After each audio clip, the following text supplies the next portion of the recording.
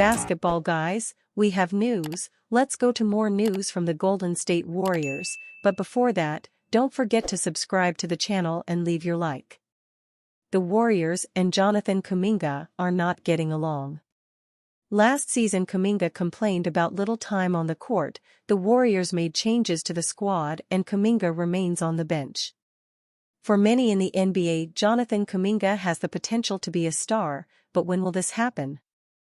Apparently coach Steve Kerr doesn't trust Kuminga. The best thing for Jonathan Kuminga will be to go play for another team. Kuminga is unhappy and is expected to be replaced mid-season. Jonathan Kuminga is an ascending player who is only 22 years old and is being paid less than $8 million this season. He is a highly coveted asset to NBA teams and will only continue to get better, potentially developing into an all-star level talent. He does not fit the Golden State Warriors style of play, has recently been demoted to the bench, and is asking for a large contract extension. The Warriors should move on from Kuminga. He could demand a high return on the trade market, and Golden State has so far been unwilling to meet his near-max contract needs. Kuminga could excel with a different franchise, but with the Warriors, he is currently a role player on a very good team.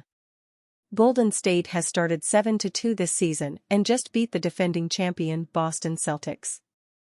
They have clearly established themselves as a legitimate title contender, and despite the hot start, they could use a second bona fide star on the roster come playoff time. NBA analyst dubs Warriors Western Conference Finals contenders. No one expected the Golden State Warriors to be where they are now. 8 games into the season, they're in a 3-way tie for first place in the Western Conference standings. Having defeated the Boston Celtics Wednesday night, the Warriors are putting many around the league and NBA media on notice with their 7-1 record. ESPN NBA analyst Kendrick Perkins even went so far as to say how far he thinks the Warriors can go this season, and it's surprisingly far. NBA analyst dubs Warriors Western Conference Finals contenders. NBA analyst Kendrick Perkins believes ferocious Warriors can go deep this season. The fallout over losing Klay Thompson in free agency had many picking the Warriors to struggle this season, possibly even missing the playoffs altogether. Well, unless you don't get up for the NBA until after Christmas, you might not know that the Warriors are absolutely clicking. They are not only playing above expectations but also sitting at the top of the West, tied with the Phoenix Suns and Oklahoma City Thunder with matching 7-1 records. The Thunder being up there? Not surprising. How about the Suns also being up there?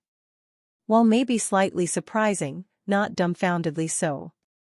But the Warriors, that is a total surprise.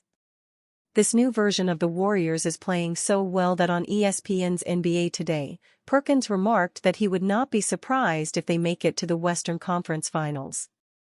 I'm telling you, watching the Golden State Warriors, the way that they pick up 94 feet, they get physical, communicating the switches, from Moses Moody to Andrew Wiggins to Jonathan Kuminga, they are ferocious defensively. And look, they did an outstanding job last night without Brandon Podziemski. I would not be surprised if this team makes it to the Western Conference Finals. I would not be surprised at all. A conference finals trip for the Warriors would have to include maintainability and sustainability across the board throughout the season. Can they keep this current play up? Who knows? Will Buddy Hield keep shooting the lights out? Again, who knows? What if the Warriors make a massive splash trade later on? It's certainly being talked about. Perkins mentioned a few of the Warriors players in his remarks: Moses Moody, Jonathan Kuminga, and Andrew Wiggins. These players are all pieces of the Warriors' puzzle that will need to play up to their expectations if the Warriors have any shot of a deep playoff run. The same goes for Hield, Brandon Podziemski, and, of course, Steph Curry.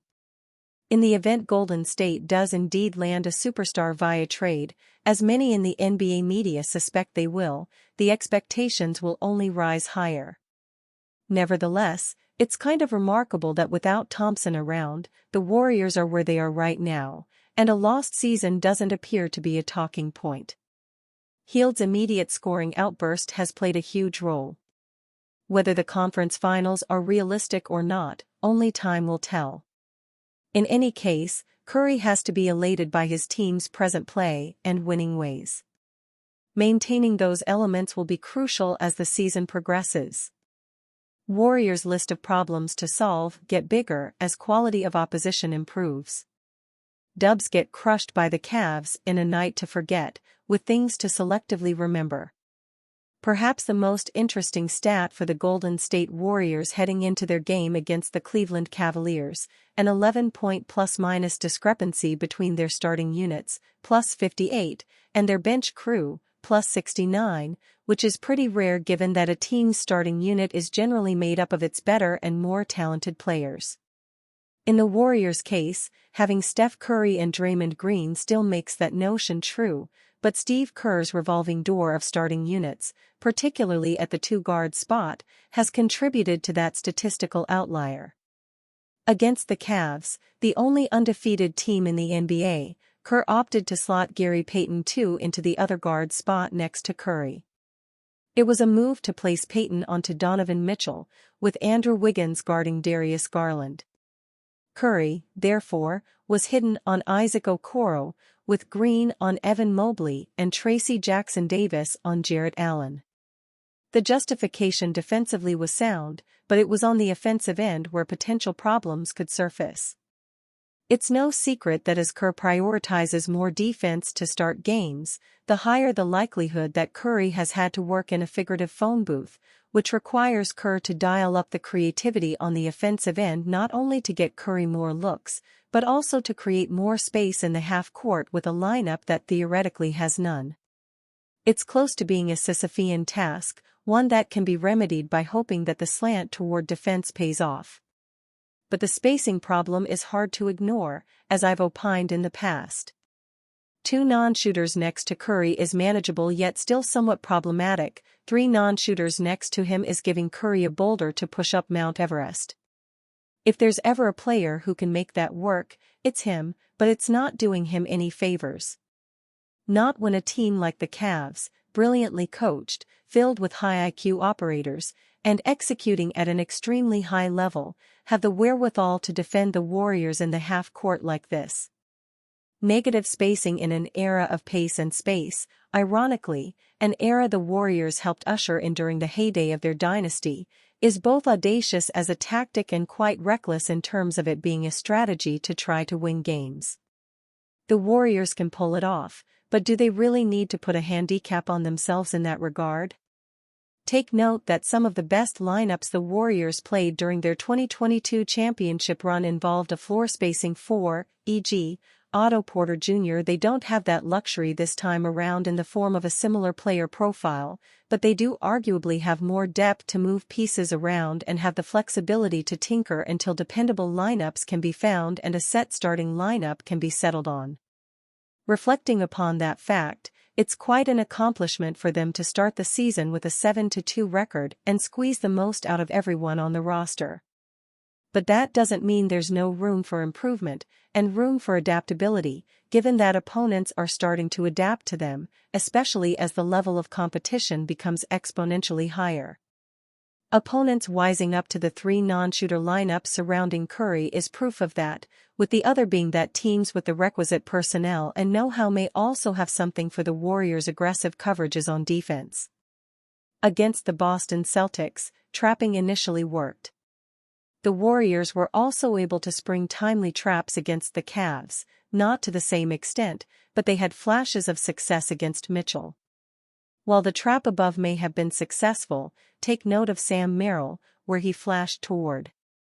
By flashing toward the elbow as Mitchell was being trapped, Merrill seemed like he was getting ready to set a backscreen in Spain or stack pick and roll, an action the Celtics used to lay the foundation for counters to the Warriors' traps, one that isolated a singular defender on the backline whenever the Warriors put two to the ball. The Cavs' version of countering the double teams was similar. Just like the Celtics' version, it aimed to take away or compromise one important component of the Warriors' trapping scheme.